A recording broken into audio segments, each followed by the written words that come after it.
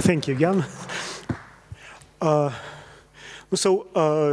It's difficult to build a kind of logical sequence in this particular presentation, just because there are many initial points for this particular talk.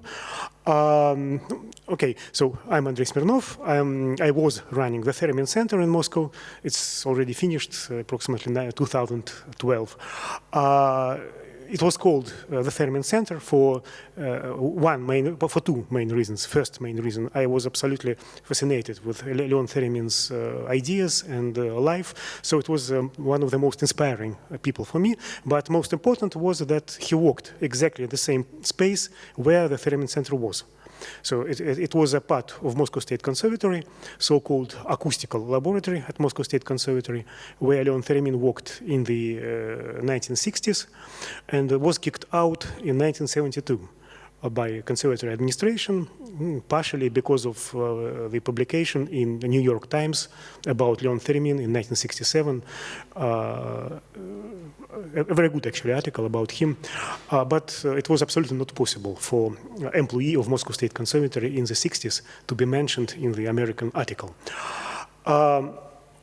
So it means that when I founded the Theremin Center in 1992, first, I've got absolutely fantastic archives, not official archives of the conservatory, but archives which were kept by very smart people who worked at this laboratory in the 70s, 60s, and earlier. And they just gave me some boxes with dusty papers because these archives didn't fit the space of official archive in the middle 70s, and they were thrown. But these smart people, they just brought back some boxes and collected them, kept them until 1992. And so I was really lucky to get a big piece of Russian history of musical technology. And the second, although many Leon Theremin's instruments were also ruined and thrown, not because of any political or ideological reasons, just because, and it's a real situation, in the 60s, Leon Theremin was such a productive person that he just filled the whole laboratory with his unfinished devices, components, quite small space, but it was really filled with about, as I found out from some official papers, about 70 different constructions he has built during approximately 10 years of his work at, less, 8 years at the conservatory. So in the 70s, during the reconstruction of the building, they condensed the laboratory. They took several rooms, especially related to storage. So the staff had to throw at least something. So, and of course, most of stuff which was thrown was Leon Theremin's components, which definitely a kind of disaster, but fortunately some machines survived. So this beautiful machine is exactly the machine which survived. It was built, the Rhythmicon was built at the conservatory in the early 60s. The story was like 1964, Leon Theremin was retired from KGB when he worked for many years after he was taken into prison, and he worked for state, for KGB, initially like a prisoner in Sharaga, special prison for scientists. And then he was released and he stayed in the same institution. So in 1964, in September, he was retired, and he came to the conservatory and became the head of research sector at the acoustical laboratory, although he was not paid, because officially he could not be paid at that time as a retired person. So he was working without any salary, but he did absolutely amazing research. So what he did, as I understand, he tried to revive most of his inventions and developments he did in the United States in the late 20s, early middle 30s. And the Rhythmicon was one of those devices. So its official project, approximately 1965. There is an official report with a photograph about this instrument. So what is the Rhythmicon? It's the third version of the Rhythmicon, of this machine. First two were built in the United States. So like the first demonstration was in 1932, January. So he has built at least one of them in 1931. And it was, perhaps it was the very first rhythm machine, not drum machine, like sometimes people call it, no drums. So it could produce only a very, very easy sound, but at the same time you can synthesize very complicated rhythm patterns. It's not really an invention, so it was not patented. And I can say even more, Leon Theremin was not even the person who invented it. I mean, not invented, but yes, but found out this beautiful principle. Because I think that the real inventor who somehow generated the concept was American composer Henry Cowell. Because this instrument was built because of the order of Henry Cowell. And Henry Cowell composed the music in 1929, a piano concerto, in which there were parts which could not be played by a live performer. It was too complicated. So he combined several rhythms. Like I can now make a mistake, perhaps slightly different rhythms, but anyway, it's like on 2, on 3, on 7, on 13. So when you play all these rhythms simultaneously, no conductor can really conduct this kind of rhythm structure. And so Henry Cowell definitely needed some new technology. There is a very beautiful article by American researcher Leland Smith, who perhaps the best historian of this Rhythmicon story, in which actually he follows all main points. It's like some correspondence between participants of the development of the Rhythmicon. And this story is somehow amazing. So it's an amazing story because who was involved? No, of course, Leon Theremin and Henry Cowell. The project was funded by Charles Ives, who was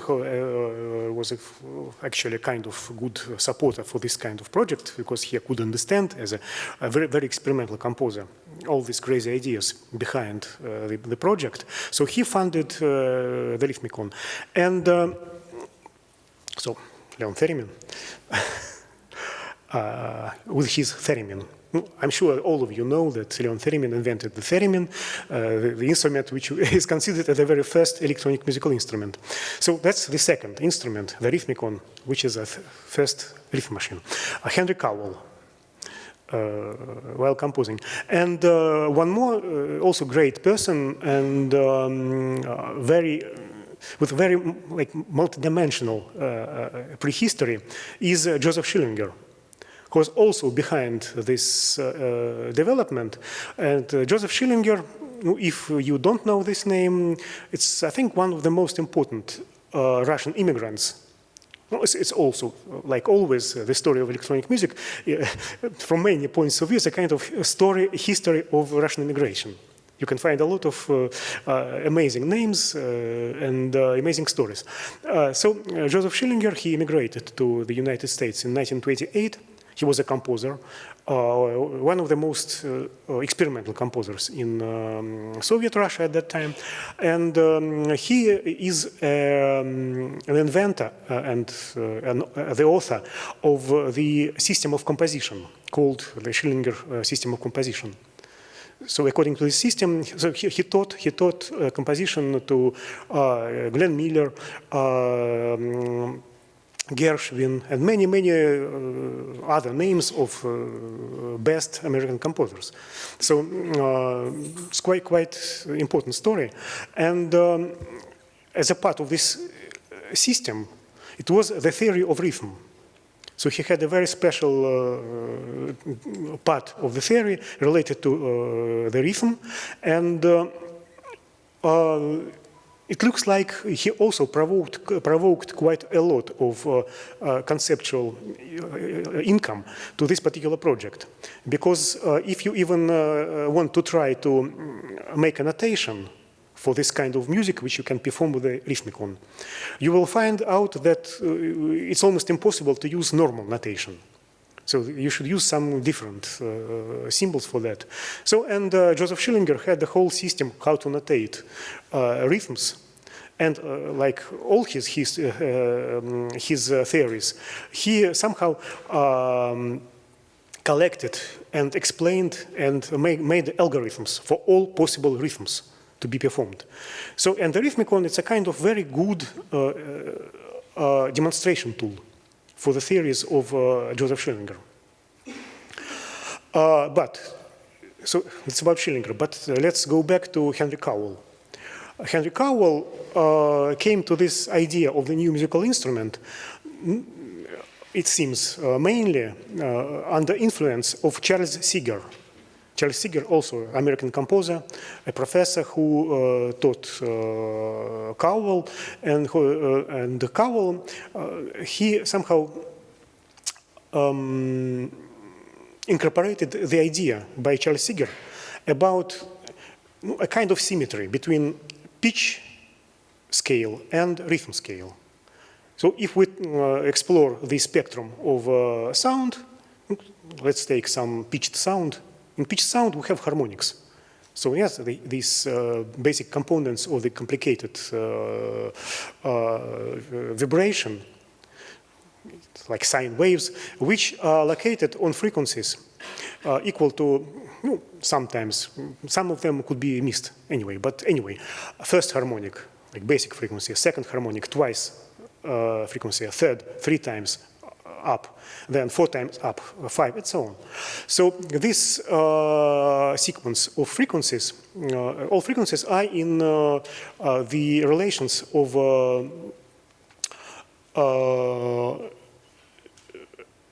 numbers, like 1, 2, 3, 4, 5, 6, 7, and so on.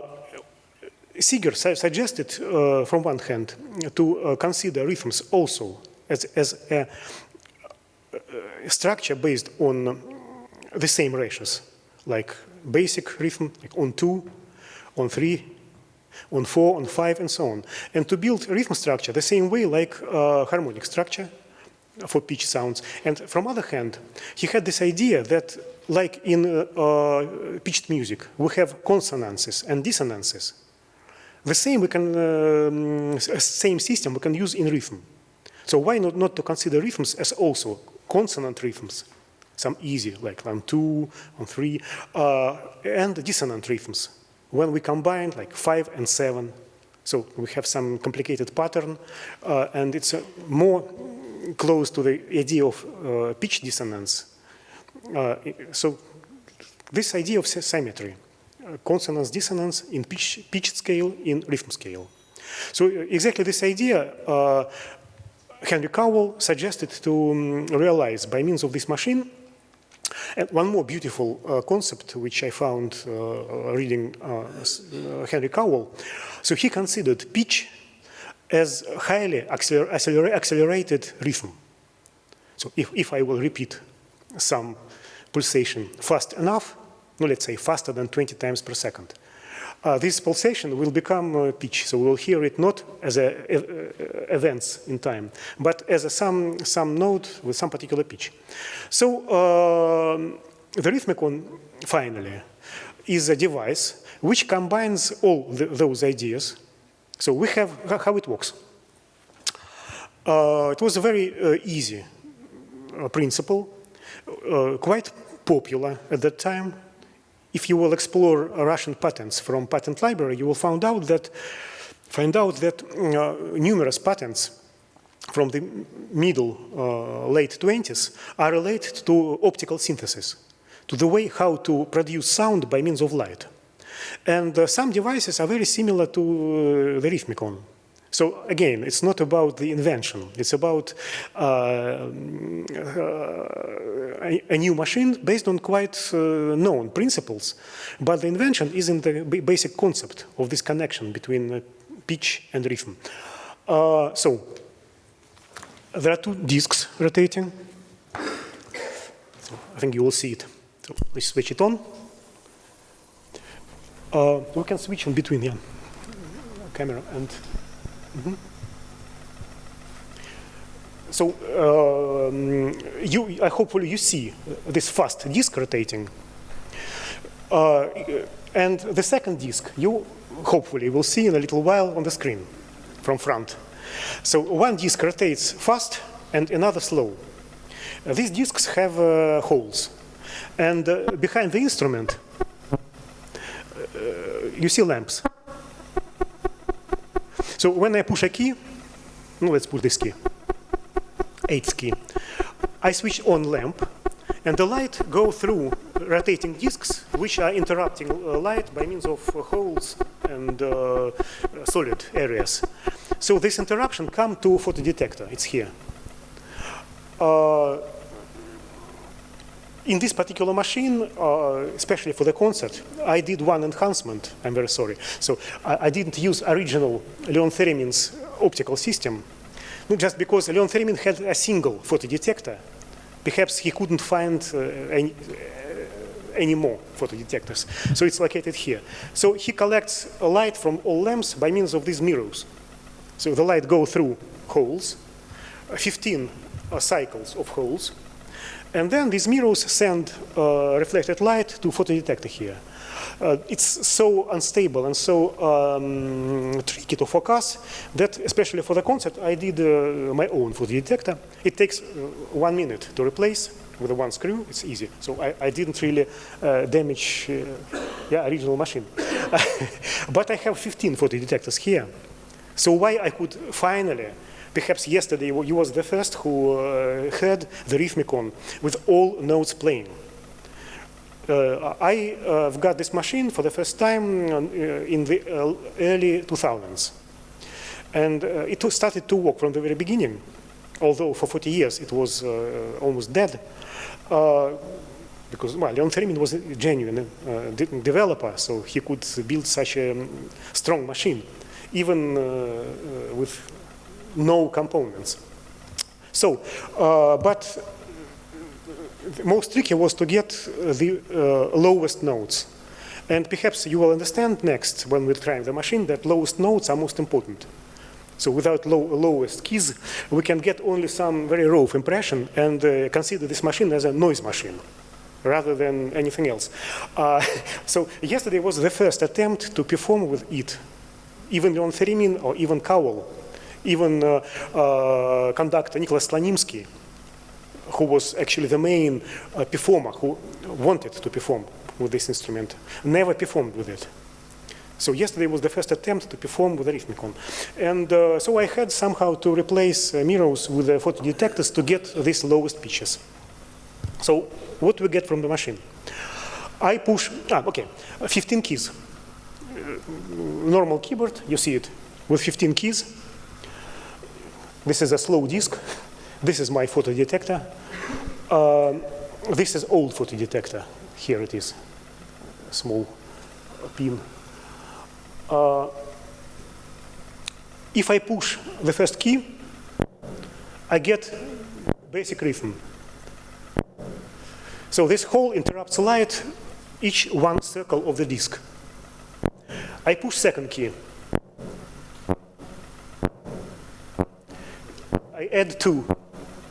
I push a third key. I add 3.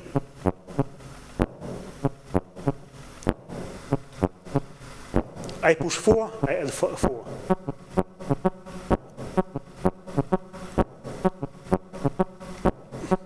I push 5. I add 5.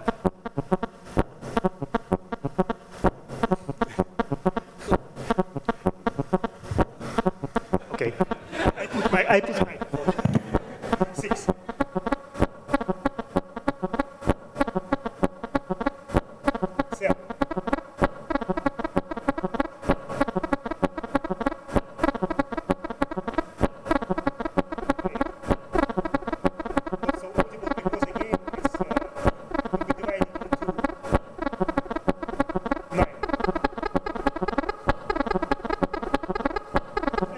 So up to 15.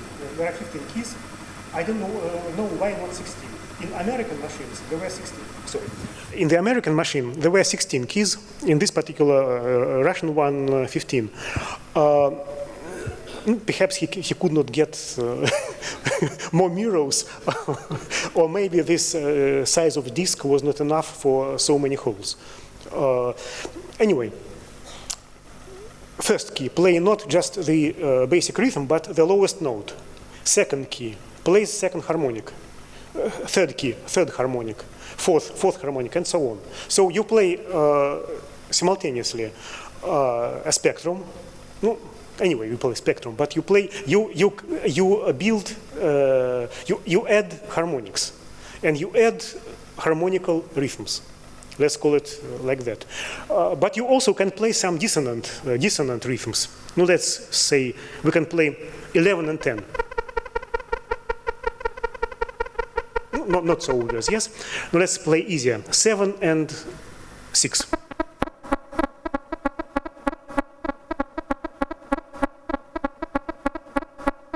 But you hear, they meet each other, each circle. So one rotation of disk is exactly the point where all rhythms meet each other, so it's like a first measure. So the idea quite beautiful and easy, but finally what was happened next?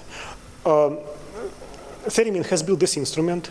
Nicholas Slanimsky, he was planning a Europe tour, and he wanted to perform music by Henry Cowell, who already composed so-called Rhythmicon piece for the Rhythmicon and orchestra. But they never did it. For many reasons, it was not possible to perform with the Rhythmicon. No, first, it seems that it was a kind of problem in schedule, so the final machine was not finished in time. It's also, according to Leland Smith research, it seems that the very first version had a fixed tempo and a fixed pitch, so you could not really control tempo, and it was, of course, very unmusical. So then they added special rheostats, yeah, so variable resistances to control motors. So there were two of them. One controlled tempo and another pitch. And it was even notated in Henry Cowell's score, also according to Leland Smith, who saw the score. I didn't see it.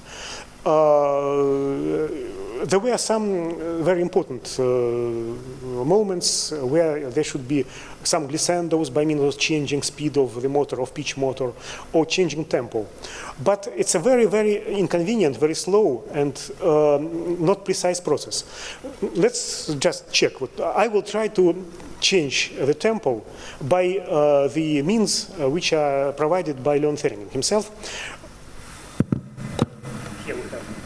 Here we have a very special lead, mechanically very unstable. I play 4. Slow down.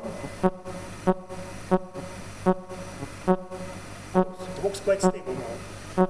Fantastic.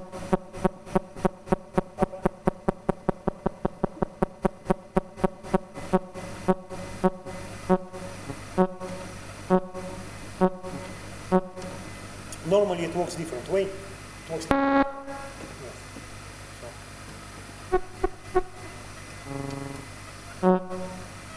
I'm trying to keep slow speed.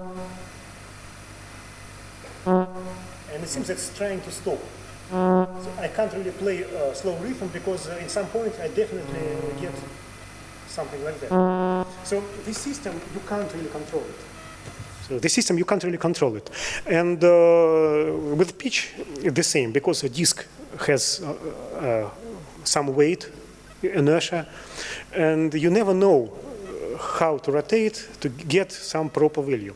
So the instrument was very, very inconvenient from this point of view. From other point of view, you can't really program rhythm well. Also, according to Leland Smith, in Howell's score, there were some notes, some rhythms, which were notated as notes And in Rhythmicon, all rhythms are linked to this basic pattern. If I push key many times, I produce no sound until the whole comes, yes? And in the score, there are points where the performer should push a key according to the score. In the moment when he doesn't get any sound.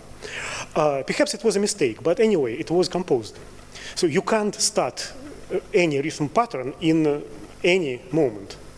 You should somehow wait until you will get a proper point, because when you switch on machine, the whole process starts. So you can't start any process in any time.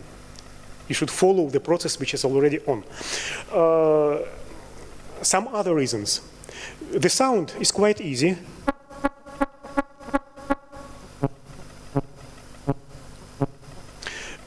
It's just a pulse wave shape, because small holes, and these disks were produced manually. So Theremin himself, perhaps, he was drilling these disks, and of course it's not precise enough. So if I will stop disk and play just a pitch, you will hear very significant vibration. But the most important, that all holes are the same size. If you need longer sound, you can't get it. Low notes could be only like that, which for low pitch is not really good, because if I want to play lower, I just get maybe two pulses per one note. You just don't feel the pitch. So all these points were somehow against the concert use of the instrument. So it was never used in the concert. And as I know, the only performance of Rhythmicon by Henry Cowell took place in the middle 70s in the United States, when someone, I don't know exactly the engineer, his name, but he did a digital version of the Rhythmicon, and with digital version it was performed. And it was also performed at Stanford with a computer, which, as I know, at that time could produce 4 channels of sound, so which were also useful to program the Rhythmicon. So that's the prehistory. So what I did with the Rhythmicon, because I had many questions about, sorry. One more historical point. The destiny of the instrument. So Henry Cowell has got his instrument from Leon Theremin. The second Rhythmicon, which was built, this instrument was, I don't know, bought or donated to Joseph Schillinger. I mean, it seems that firstly Slonimsky and then Joseph Schillinger. I don't know exactly this line, but the instrument, which was owned by Henry Cowell, it didn't survive, because after a while he gave it to the institution, and then the instrument was just ruined. And the instrument, which was owned by Slonimsky, came to then. Became a property of Joseph Schillinger. And after Joseph Schillinger's death, it became a part of Smithsonian institution. So now you can find it at Smithsonian in America. But I don't know exactly does it work. They wanted, I know, to repair it and to make it operational, but I don't know how it was developing. And this is the third machine, which was built in the 60s at Moscow State Conservatory, and it looks such a strange way. Okay. Maybe we can switch back, yeah? Because here, Joseph Schillinger plays the Rhythmicon. It's American version of the Rhythmicon, and you see it's really beautiful machine. It's like this size, very similar keyboard. But Soviet Rhythmicon was built in the middle 60s, when it was absolutely impossible to get any components. So it's so-called epoch of deficiency. So when everything was absent. If you want to build, even at Moscow State Conservatory, a musical machine, first you apply to different institutions mainly military, to get components, because no components at the conservatory and no components in any stores. And then these institutions, maybe they will give you some discarded old components, which then you can use, but most likely not. And then Learn Theremin has to go to junk place. There were numerous junk places. All of us, we knew these places near some military institutions where they were throwing old components. And so collect some components. In this instrument, when I, for the first time, started to revive it, I found that even, I can't find even two similar screws. All screws were from somewhere. So it's a big piece of junk. But this junk so precisely combined that we get a musical machine which works for almost 50 or 60 years. And even its destiny is very complicated. It's still in working condition. But it's a big problem for me because I had to fight with almost each screw. Because if you want to unscrew something, it's impossible because screws are broken. So I had to replace screws. Exactly 1 week before the concert, one of motors died, just stopped. And I went to some market. I found 6 different motors, no similar motors. And I was sure that I will have to replace it, but it started to work exactly 1 day before the flight. So it works. Another motor, it's just disaster. It's from some gramophone. From some old gramophone, it needs slow rotation, and it has a special lever to control the speed of rotation.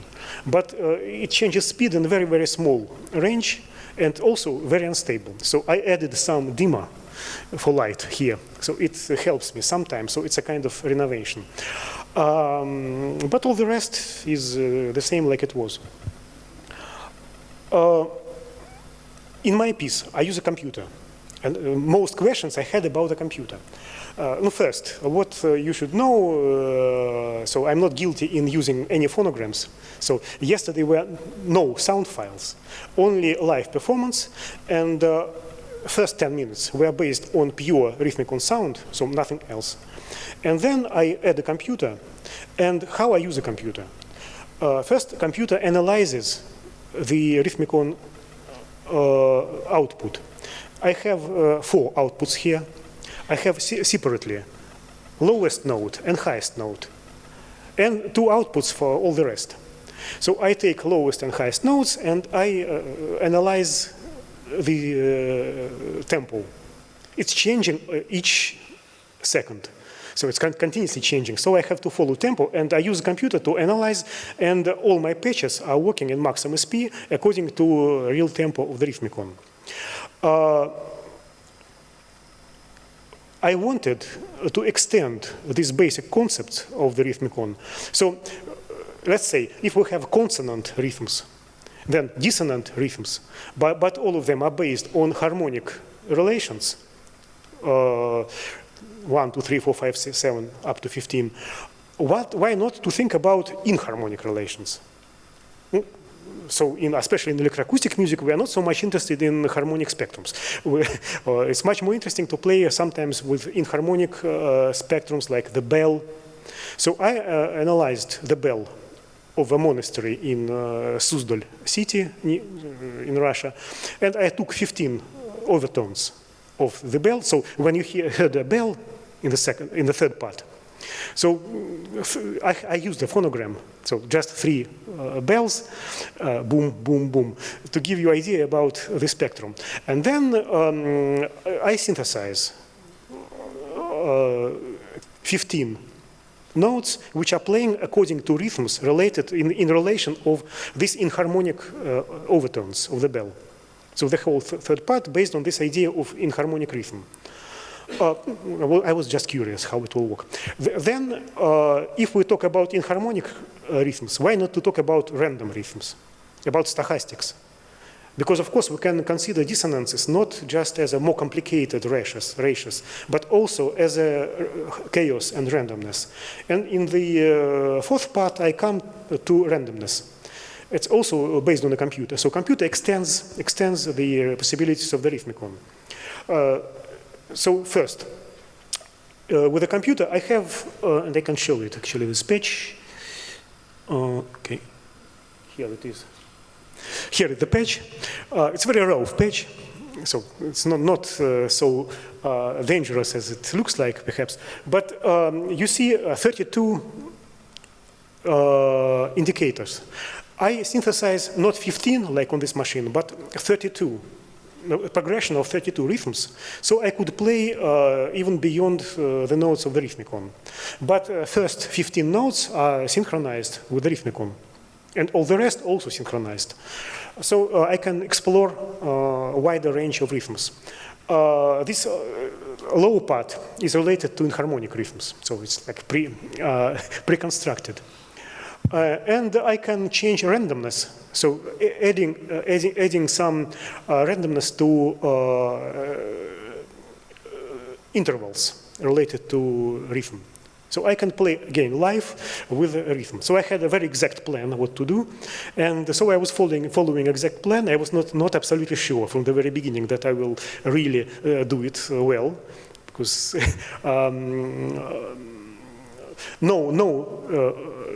Maximum SP live, so I had to play with live control.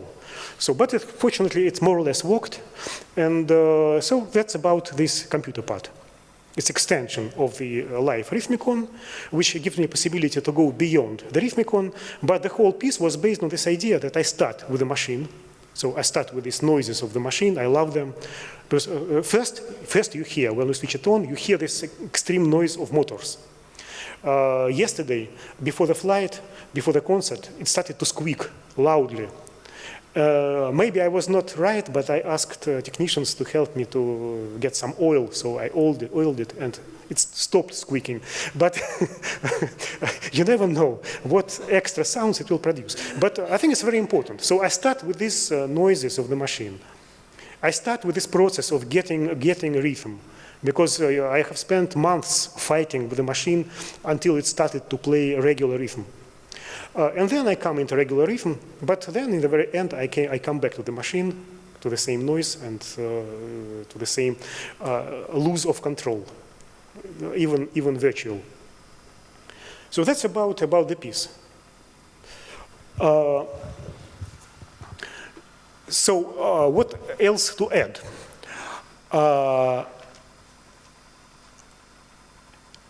Actually, I'm interested myself. Is it possible somehow to continue with the Rhythmicon? No, because Jan Rolf somehow he suggested me this project a long time ago actually, and to think about the Rhythmicon as a musical instrument. I'm not sure it's easy to use. It's not easy to use because you're always linked only to the rhythm. Yesterday in this piece, I didn't really want to use any extra play with sound or adding some musical beauties. No, I just wanted to keep myself in this realm of the rhythm. So I was not sure that it will work well for half an hour, even more. Hopefully it worked. Then I think that it's very interesting to use this machine for live performance. Actually, I have already some suggestions from some percussionists, maybe to make a kind of collaboration and to compose something for live percussion and the Rhythmicon. I think it can work quite well. But it's a kind of open question. Like the Theremin, the instrument which somehow very limited with its possibilities, and for many dozens of years, musicians didn't really use it much. But it became quite in fashion now, and it seems that the history of the Theremin is just in the very beginning. Maybe something like that will follow after the Rhythmicon. At least now, I know one group of musicians and researchers. It's an international group. Mike Buffington in London. He a couple of months ago was in Moscow, so he collected all the information about the Rhythmicon. So I have spent one extra month to fix the machine after that, but he's making exact copy of the instrument. because of some orders by his colleagues from Australia, also from the United States. I mean, it's a kind of collaboration, and many people somehow are interested in continuation of this, the history of this machine. So maybe we are in the very beginning of new life of this beautiful device. And I hope so, and I will do whatever I can somehow to continue. But it's not only about this instrument. Fortunately, more learned Theremin's instruments survived.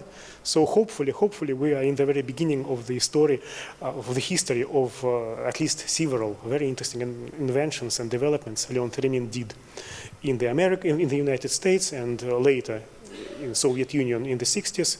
So the history never stops. It's developing, and hopefully it's the very beginning.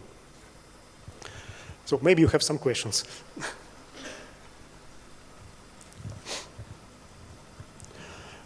I think it's also possible to come to the stage after, and you can, yeah, you can play, try. So everything is away. But be careful, because a lot of high voltages around. Normally, it had, in the very beginning, it had a special case, which didn't survive, unfortunately, because this plastic just got apart, and but without the case, it's much more, I think, beautiful and understandable. Okay, so here's a question. Yes, I would like to ask, so for the sound synthesis, is it done by the computer, or is it like analog sound synthesis? Explain me again, I don't really understand. So basically a photodetector, if it sees light, you might have like maybe just a transient, but then when the photodetector is like fully covered by the light, you just have like door like this, like a step. Yeah. But this doesn't create like pitch. So like I was wondering, what is the pitch? So it has originally it has a photodetector, yeah, which gets changing light and converts it into current. So you have fast pulses of light, which then convert it into fast pulses of electric current, which goes directly to amplifier. Okay. In original version. But I also send these pulses to the computer. I analyze the period between pulses. And so I can, after that, after measuring this period, I know the tempo. So then I play with the computer. Okay, and then you drive digital oscillators with it? No, then I just synchronize my virtual Rhythmicon with live Rhythmicon. Okay. Thank you. So any other question? Here?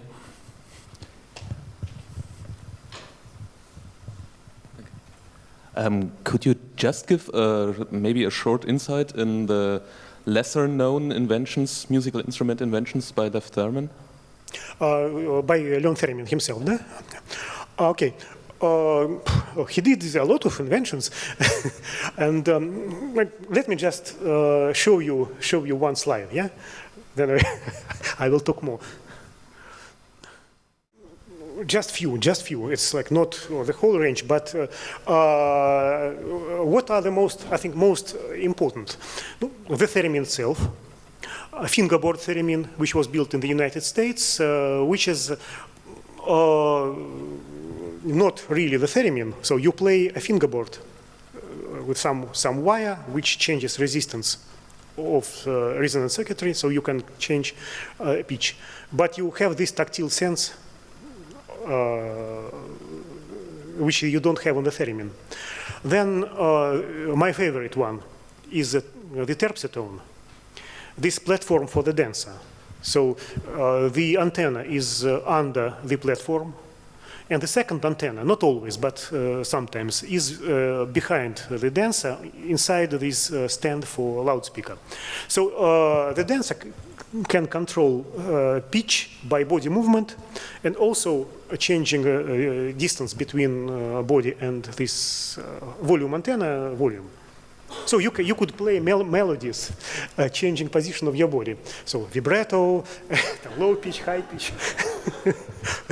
The problem that Leon Theremin never played any experimental music. He played only classical music. And it seems that he considered the terpsichore also as an instrument to play melodies. So it had extension of the instrument, special turntables to play accompaniment. So you could play solo part and have a kind of accompaniment with the turntables. Also, one of my favorite, 1923. He has built this IllumaVox machine. IllumaVox was a kind of beamer which you saw yesterday in Marcus's performance. So it's a light projector in which you can change the color of light. And it was considered as an extension for the theremin. You connect theremin to this IllumaVox, and you control light and color by means of body movement and pitch. It's a very synesthetic tool when all human gesture, color, pitch are cross-connected, and light. What else here? Perhaps the very first automatic doors were based on the theremin. But of course, infrared sensors are much more stable. So you can't really use for a long time theremin. This is the very first practical television system which Leon Theremin has built in 1925 in Soviet Russia. I mean, it's the very first in the Soviet Russia, built in the Soviet Russia. And it was his diploma project. I just scanned original Leon Theremin's thesis, his diploma thesis, called Дальновидение, distance vision. So it survived, and this original document is in a private archive of Sergei Zorin.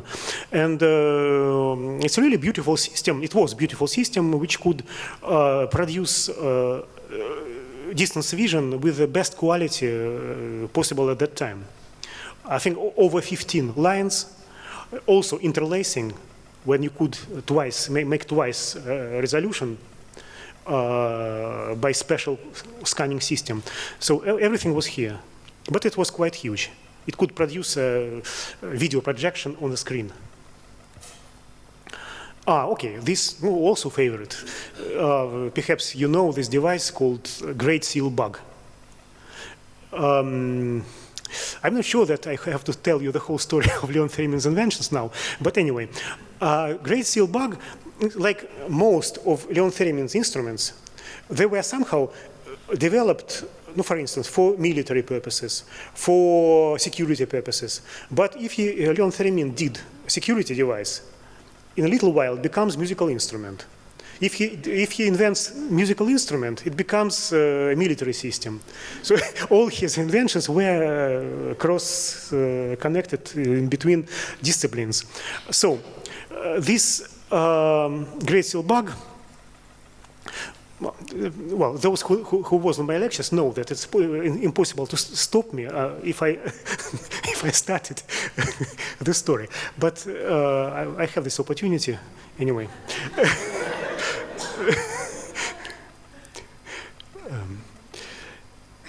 What's inside this Great Seal Bug? Yeah, that's it. The story was like that. In 1945, Russian pioneers, these schoolboys with red ties, they donated to American ambassador Garriman, as I remember, this big wooden construction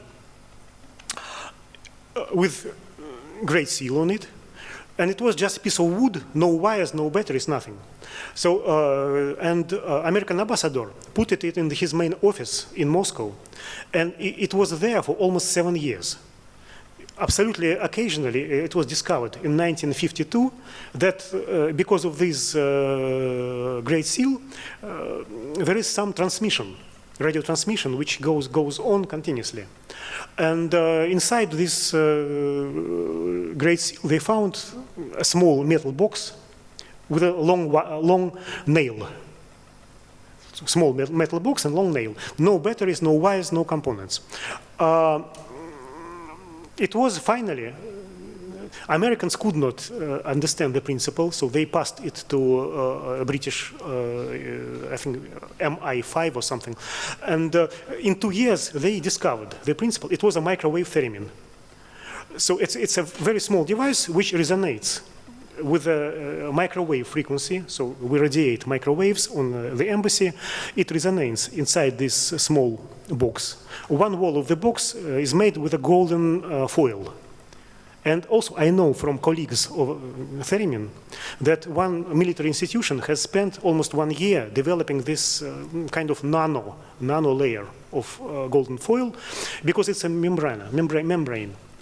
And it's a microwave resonator, and if the membrane vibrates, it changes the resonance because the very short wavelength. So you can easily detect all sounds around, and then this nail, it's a kind of tuning device, and also an antenna.